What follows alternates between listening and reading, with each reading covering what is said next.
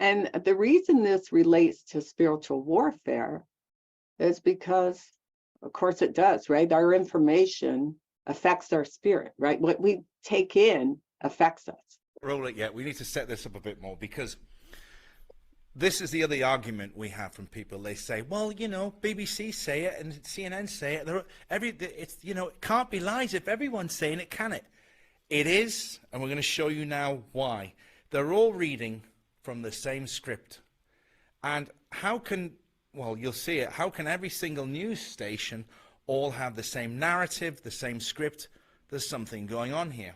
Because obviously you can't watch every single news channel all at the same time. But the next piece of videotape we're going to show you, it's actually from last year. And again, research is king here. You've got to do your own research. But the next piece of videotape we're going to show you, we're going to shoot across the Atlantic, and we're going to show you what's happening with the mainstream media there for the American viewers, and you'll begin to get this picture growing and forming and putting the jigsaw pieces in your mind. So, Dave, would you do us the honor of showing us the next piece of videotape? Hi, I'm Fox San Antonio's Jessica Headley. And I'm Ryan Wolf. Our greatest responsibility is to serve our Treasure Valley communities, The El Paso, Las Cruces communities, Eastern Iowa communities, Mid-Michigan communities. We are extremely proud of the quality, balanced journalism that CBS 4 News produces. But We are concerned about the trouble and trend of irresponsible, one-sided news stories plaguing our country. plaguing our country. The sharing of biased and false news has become all too common on social media. More alarming, some media outlets publish these same fake stories without checking facts first. The sharing of biased and False news has become all too common on social media. More alarming, some media outlets publish these stories without checking facts first. Unfortunately, some members of the media use their platforms to push their own personal bias and agenda to control exactly what people think. And this is extremely dangerous to our democracy. this is extremely dangerous to our democracy. This is extremely dangerous to our democracy. This is extremely dangerous to our democracy. This is extremely dangerous to our democracy. This is extremely dangerous to our democracy. This is extremely dangerous to our democracy. This is extremely dangerous to our democracy. This is extremely dangerous to our democracy. This is extremely dangerous to our democracy. This is extremely dangerous to our democracy. This is extremely dangerous to our democracy. This is extremely dangerous to our democracy. This is extremely dangerous to our democracy. This is extremely dangerous to our democracy. This is extremely dangerous to our democracy. And you call us conspiracy theorists. How do you explain that, folks? You can see there's hundreds of news channels reading the same goddamn script. And it's not just happening in America. It's happening in Australia, South Africa, Germany, Holland, Belgium, France. You name it, there's only about 2 or 3 countries in the world that are not following these rules and scripted media events. You know what the ironic thing about that is? They're all saying the message is extremely dangerous to our democracy, which is absolutely true. They're shoving the truth down our throats, but it's like in a way to make us disbelieve it. So we're like, whatever, and we don't fight against it. We don't keep that objective edge that we need to do in our daily life. Just like Alexandria was asking, what do we do in our daily life? What are the actions we take? We need to stay constant vigilance with using objectivity, you know? It's just so ironic that they're telling us this is bad, and we all know that, but people are just going to discount it, you know? Yes, but probably because so people weird. spend a lot of time in front of the television set too, right? Yeah. But let Yeah, me it's just- play this one, and I'll tell you a few stories of my experience when I was living in Egypt and my experience observing the media there. A lot of these reporters, a lot of these on-air news people are cowards. It's a cowardly business at this point, because they catch wind of, you know, something might be off. That's when they're supposed to go investigate, ask questions. But these anchors who get the most airtime actually do zero research. Their job is only to read a script. Hey guys, Sean from SGT Report here. Thank you so very much for tuning in. That was Ivory Hecker, and she quit her job live on air at a Fox affiliate in Houston because they wouldn't let her report real news. It's Ivory Hecker. Well, she's a real journalist, and we'll get to that in just one second. Ivory, welcome. Thanks so much for having me. Well, thanks for coming on. Guys, let me just set the stage here. If you don't know, and I'm sure most of you do, Ivory worked for Fox 26 in Houston, and on June 14th of 2021, well, she did this on air. We're also talking about air conditioning outages across the region. Fox 26 reporter Ivory Hecker is live in Montgomery County to take a look at that aspect.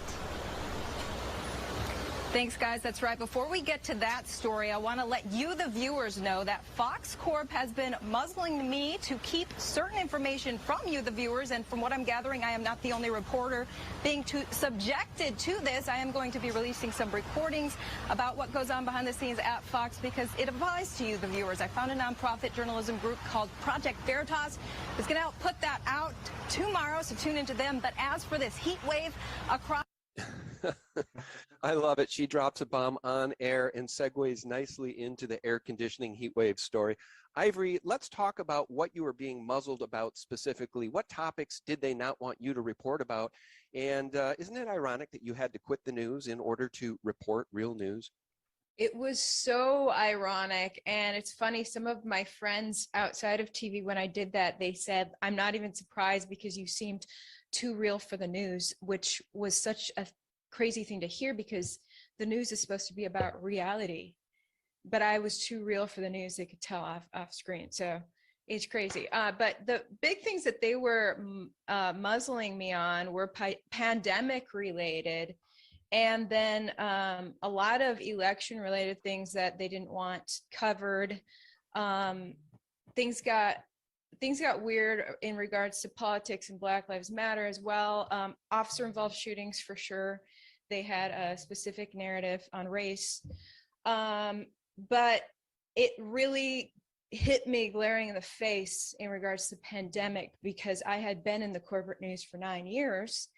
And I really believed, I understood that there was an issue with slant in the news, but I felt that if, I could be one small change maker who just, covered things as they are, tried to cover all sides, as long as, if I was assigned to that story, that I could bring some truth and reality to the topic. But in 2020, that really changed when they said, no, you don't, you're going to be fired if you report this facet of reality, which was the way that doctors were treating COVID patients. I was stunned. Yeah, the pandemic narrative, the plandemic narrative was such evil that it astounds me. Later on, I want to play a clip from my local news. I recorded this just a week or two ago, where the local news anchors continue to peddle the vaccine, this time pushing it on kids, basically calling it safe, effective, nutritious, and delicious. Okay. Any comments? Chris? Yeah, well, I was already saying, it's just like they're telling us the truth, but people dismiss it anyway.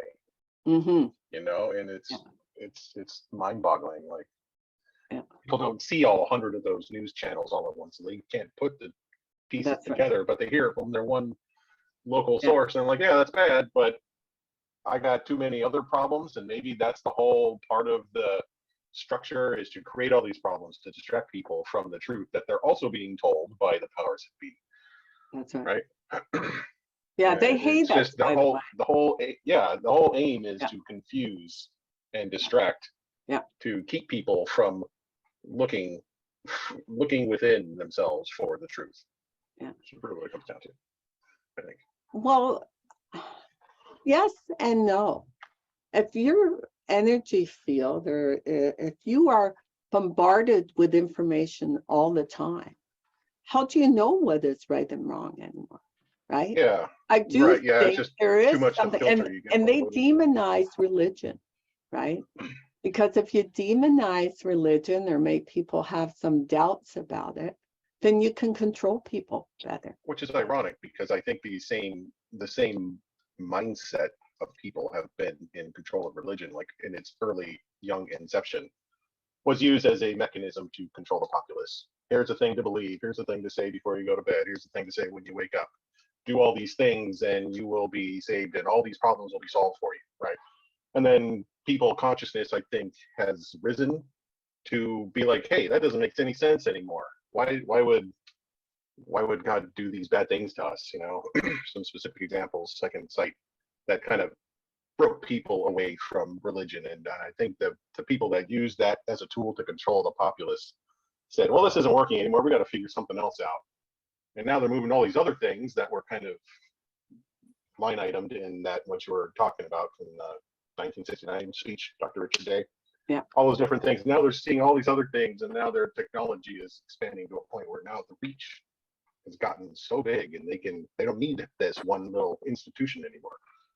Yeah. I've heard that argument, but the more I explore the Catholic Church, I'm realizing, first of all, there's a lot of information in the Bible, because I've always thought, I've never really studied it before. And a lot of it tells you what's going on today, right? It is very insightful. And you also get a sense that, yes, we're so stuck in our bodies here in this material world, but there's a lot of saints out there. You can, ask for help. There is, God, communication to God, and hopefully it's the good God and not their God, right? Yeah. But divine source, yeah, whatever like it is, whatever it is. there is something you can learn from, and I think that's one reason why they demonize it too, right? So, right, because they want to keep us away from they are good at confusing us. They do like to confuse. I have sorry. Go ahead. Kelly? Go ahead. I have a something a little anecdote. So I have a friend from Bangladesh, and he's a cab driver. He drives me to work sometimes if I need, and it's he's good that way, right? And the other day he drove me home, and he had the radio on, just talk radio, talking about things. Sometimes it was talking about Valentine's Day on the talk show on the radio. And he said it's interesting because in my country, Valentine's Day now is crazy. He said the young people are just crazy about it. They go out, they want to drink, they want to do these things, they want to dance, they want to, go out with their boyfriend or whatever, girlfriend. And he said the older people couldn't care less. It doesn't matter to us. And I made I made a politically incorrect joke about it, and he totally got it because we've had discussions before.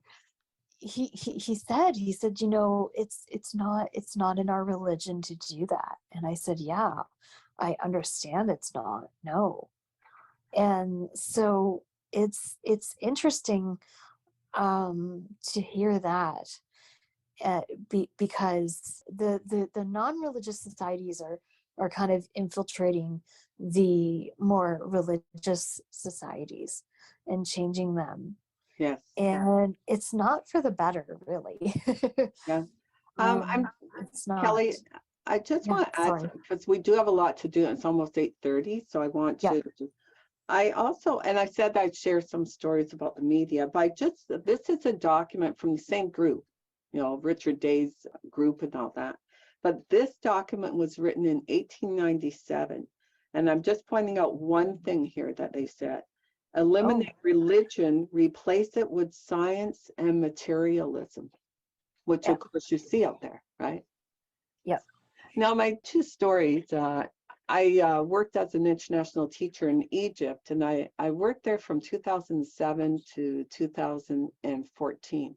So I was there for the so-called revolution in 2011, okay, where they're removing Mubarak as president, and they were bringing in another government, okay?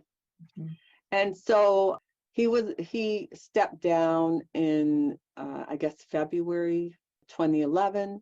And I should say around that time too, like over those months, when he stepped down at that time, and then over the summer and that, I would go to the Greek club that wasn't far from Tahrir Square where all the big protests were going on, okay? And maybe about 5 blocks away or so. And I'd go there in the evening. So you'd see Al Jazeera out there, with their TV cameras and that, right? And you see maybe 3 or 4 young Egyptian men going, yeah, yeah, yeah, and the camera would be up close.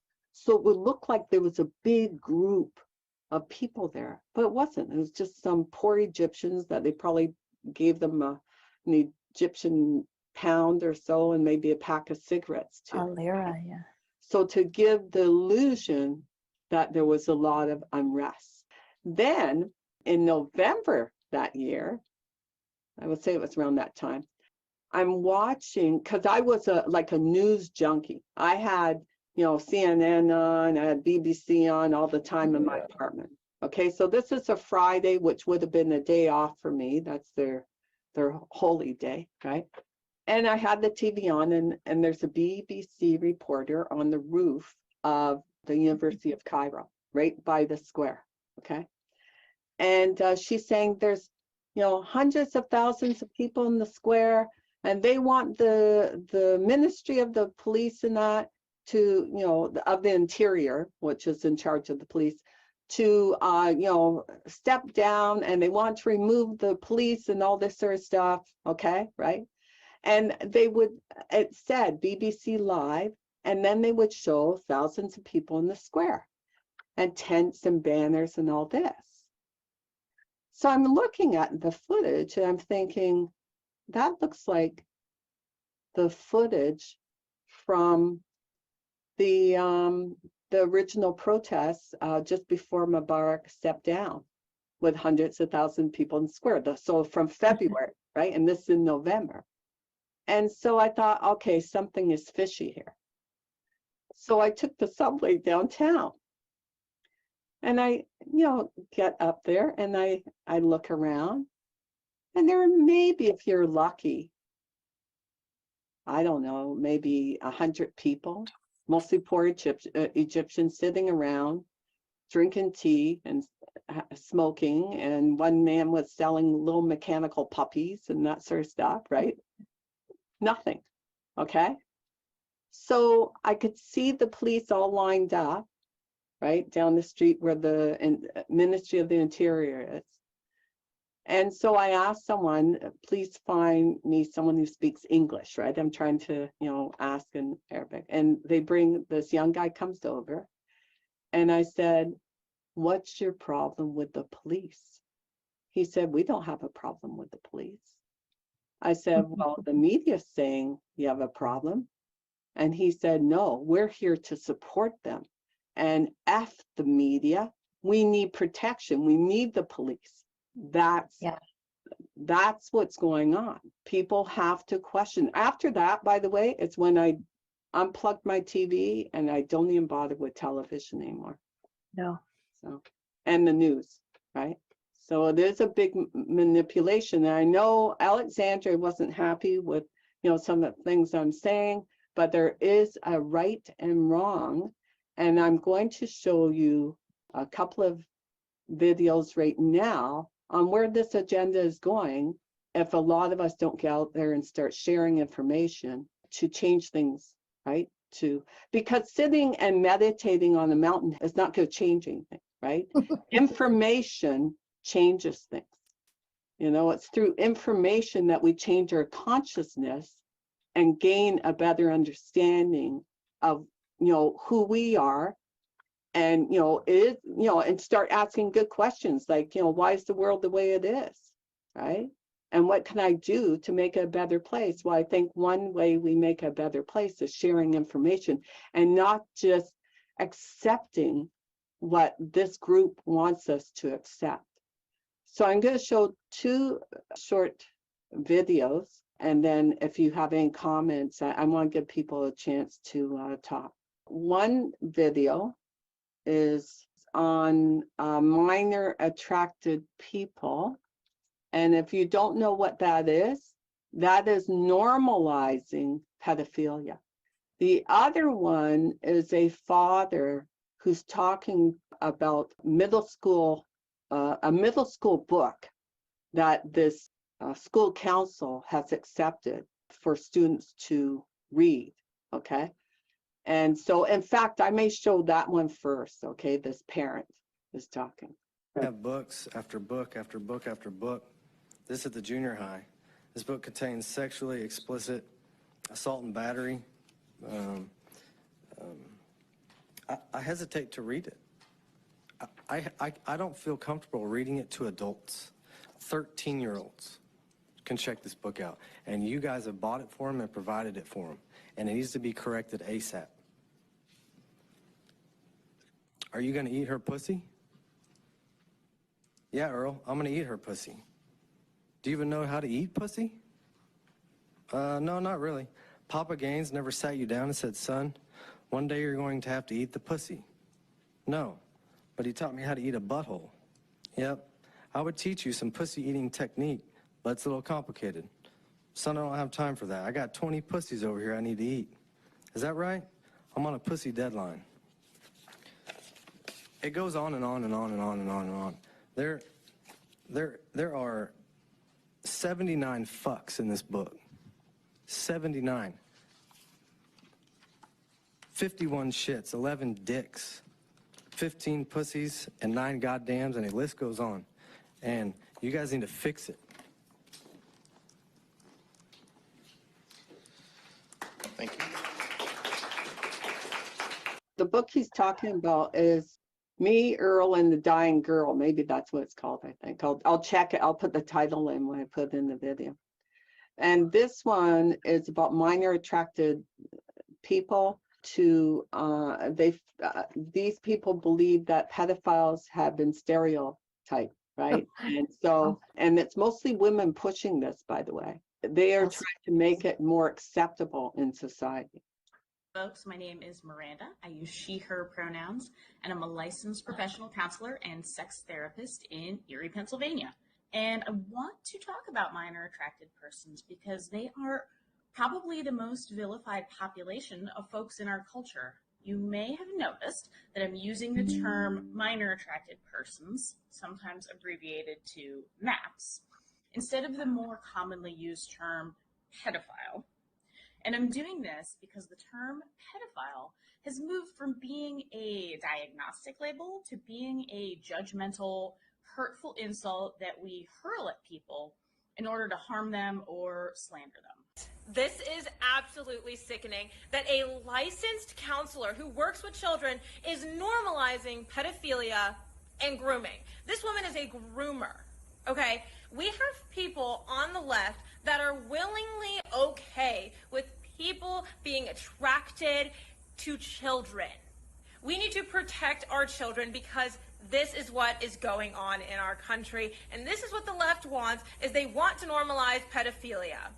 They want to normalize it. They want to say that pedophile is such a harmful word along with groomer when it's not, okay? Groomer and pedophile are words. We're not changing the dictionary to minor attracted people. Any comments? And I do have to say, if you have an elite group of sinister people that control the universities, then you have them controlling the minds of people, right? So that person that's promoting minor attracted people probably thinks that they are doing the right thing, right? Not knowing that there is a sinister message being sent up there, a sinister group behind it. Fabio, Shannon, Rahel, Dan, we haven't heard from you, so I don't know if you want to comment. Does anyone want to say anything? Fabio? Yes, I want to say something. The first video you shown us talking about all the reporters saying the same thing, that happens in Brazil too. Yeah. And only it's in Portuguese, but it's the same thing. The point is, sometimes they saying the truth, but directing us to a certain point of view. Yes. And that's the problem, because as Chris have already said, they saying the truth, but they're trying to control us to a certain point of view. Yeah. direct us to this point of view or the other one. It depends on the side they are. Yeah. And that's a very bad thing that is happening in US, and it's happening in Brazil too, this polarization. Yeah. That helps nobody, because if you, I don't care if you right or left wing, these people are thinking about themselves, not about the people. That's so right. when you do have problems with this kind of thing in United States, we have ours too. Yeah. And I'm noticing for more than 4 years now is people had created this polarization. So you left wing, so you no good. If you right wing, you're no good too. That's And they're not paying attention to the important things to the society, or the important things to the people, or for themselves. Yes. Because when you assert something and you believe that is true, even if it is not true, sometimes you harm yourself. A lot of times to be more oh my God, how do I say it in English? A lot of times they are harming themselves if they believe in this kind of truth. Even this girl talking about the minor attracted people, she put something that could bring to a wrong conclusion. Oh, the left wing people said that Yes. I left, agree. but that's not true. There are lots of people that are from the left wing that don't believe in this kind of shit. Pardon me the I word. agree. No, I agree. Yeah, and they doing that all the time. And I think this split, oh, you left, you right, it's a kind of control too. It Because is. if you Yeah, divide separate and it, conquer. Divide and conquer. Yeah. yeah, that's true. And what I think you said, I'm not the religious type, I can assure you, but I'm a spiritual person. I believe in God, and I believe in the spiritual part of ourselves that is not developed in any society in the world. Some people study and they grow themselves by themselves, but the society don't teach you that. But I believe in God. But there's something in the Bible that is true, and perhaps we can use it proactively, as Alexandra has said, is pray and watch. You have to pray, of course, because there's something that you can't change. And you have to watch, because all the time they are pushing us things to control our minds. Yes. And then that's a kind of impossible to avoid this nowadays, because you have your cell phone and you depend on it to work. A lot of times you depend on your computer, your PC, because we work. This meeting is happening because we are dependent on the technology to work. If and in the pandemic times, that was the only solution for most of our problems. So we depend on technology, and the people that you're talking about, these controllers, that I don't know who they are. I think you're right. If you follow the money, you're gonna know it. But I'm not sure if I want to follow the money, because it could be dangerous for everyone. Yes. I think it could be very dangerous. But I know these controllers know that we need the technology to survive nowadays, and they are pushing us all these things to control us. Mm-hmm. And a possible solution, I'm not sure. I'm not saying that I have the solution, because I don't. But I think possible solution is to come back to the real values, and I'm not conservative too, but one thing that you said is true. What's wrong is wrong. What's right is right, and that any child can see. If something is harming someone or harming yourself, that's wrong. Yeah. If it's not harming anyone, perhaps you talk. For instance, you said about woman going out to work. Oh, perhaps that happened because it was a time in history that is supposed to happen.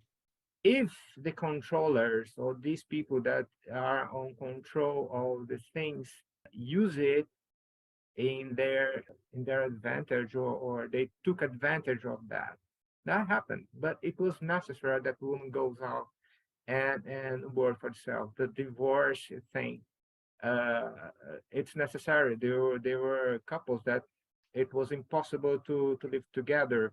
So the divorce is a good thing, looking by this side. The point is, the true values that we have are disturbed because any institution, religious or political institution, whatever, we have men there. And I put this man with capital word, women or men. And when we have the human being in any branch of society, I'm missing the word in English, but when you have human, you have the good and the bad at the same time. Mm-hmm. And that's the point. That's why religion is demonized, as you said. But religion was very evil, if you think, in the Middle Ages, and is still today when they try to control the thing. The point is, they are doing the same thing, as someone has already said. They're doing the same thing right now. When you think, oh, only science is good, you don't care about. We don't care about religion. That's not true. Science is the new religion. Science is Yes, like science is a very good thing, but you as a human being are not just science. You are a spiritual being too. Yeah. Religion is something for me. I can tell. I can say it for anyone else, but just for me, religion is a good thing. When we try to connect to God or to the being, or there's a strong energy that is behind us, and it's in front of us, it's in us, it's in everything, in all the things. Mm-hmm. So if I want to connect to this power, this energy that we call God, I have to come back to myself. The point is, one thing that you said too about why do you believe in this, all this thing that people say? Because we trust, but it's convenient to us too. The convenience is a good problem, because when we hear something, oh, that's convenient. Why should I care about what this person is saying? Because it's convenient to me. So we have to take care of that. So watch it, your own convenience, Yes. because it could be harmful to you too. Yes. You know, that's excellent. Sorry, I don't want to speak too There much. is a historian that said that, who had researched the truth about World War II. And he said people don't want to know the truth about World War II because they want the convenient truth, right? This is what they've learned, so this is what they'll stay with, right? Yeah, and then you can tell a big lie, telling lots of truth. Because when you say that the German guy with a little mustache did good things to Germany, he did. Actually, he did lots of good things. That's right. But he did also very bad things, not only to the Germans, but to all the world too. We had in Brazil, we had a propaganda, an ad on television in the 80s, and it was a pixel from a newspaper that was growing and growing. So you see the face of the man, the German man with a little mustache, and they were telling, oh, he made the poverty decrease in his country. He built lots of roads to connect all the country and lots of things. And then they were showing the pixels. So it was there. So we can say you can a big lie. You can make a big lie, telling just the truth. Yes. And that earned a prize in the 80s. For me, it's a very good thing because it's true. We are people are telling us lots of truths, but you have to watch it if there is not a big lie behind this truth. Yes, but that big lie when Hitler said that, he was talking about the group that was against him, right? They tell very big lies. A lot of people think he was saying that and he was telling lies, but actually he was talking about the group that was opposing him. But anyway, I do want to give Rahel and Kelly something to say before we go, and Chris too. So, hi. You want to say anything before you go? Because I know it's very late there. Sure, yeah. What you said, what you and that gentleman who's very intelligent said, you know, is totally true. I do talk to people, and I try to you know, to get stuff out to them. I find a lot of times what you have to do is you have to word things differently. you can't just come out and say right away what you're thinking, because if you do, they're just gonna shut right down, right? So it's not like I was out with a friend the other day, and she said, you know, like she's a Christian, and she said Christ is definitely going to come back, he's going to return. And I said, well, why on earth would he? And I said, not only that, but maybe he has returned in modern times, but because we're ruled by liars, you know, we wouldn't know. We wouldn't know, like a lot of people wouldn't know that he has. And she thought about that, and she said, oh, you know, wow, you might be right. and I said, yeah. I said, you know, but I did say to her, though, I said, I don't know if he's gonna return anytime soon, because if we're in a society, in a world where people can't handle or want to learn about reality, why would he return? Because he would just get killed again. I've got something to say about that, Kelly. All right, Dave. And it's what they say is, if there's one or two people together in the Christ's name, he's there. He's there. So we keep thinking about this Savior is going to come, return, and make everything all right. I don't think that's how it happened. I think it's enough people coming together in the name of Christ, or into the idea of the Christ, and then that is the return of Christ among us, and that is a possibility of how that can happen. Well, I think that, you know, we're always looking for something outside of ourselves to save us, and we got to save ourselves. Yes, that's what I get said. together and save ourselves. Yeah, I said that to her. However it happens, right? Yeah. Okay. Thank you, Kelly. No before problem. we close up, I just want to add something to what Fabio was saying about, well, they tell us some truth, okay? And I was at a spiritual warfare workshop this week. I was hoping to go through that, but that's okay. And it was a priest that works in a prison. He has a chapel in the prison in California. And so there's also, you know, a little synagogue for the rabbi, and there's a mosque area, a praying room for, the Muslims and that to go to and that sort of thing, okay? But one thing that the rabbi told the priest is he said, a partial truth is a whole lie. So if you look at the media and you look at things that the elite do, they will tell you an element of truth. That's what kind of fishes you in. And you go, well, they're telling us some truth here, right? But they often have, say, maybe 10% of truth and 90% lie, right? But so it's to confuse us. Anyway, Chris, any final words before we go?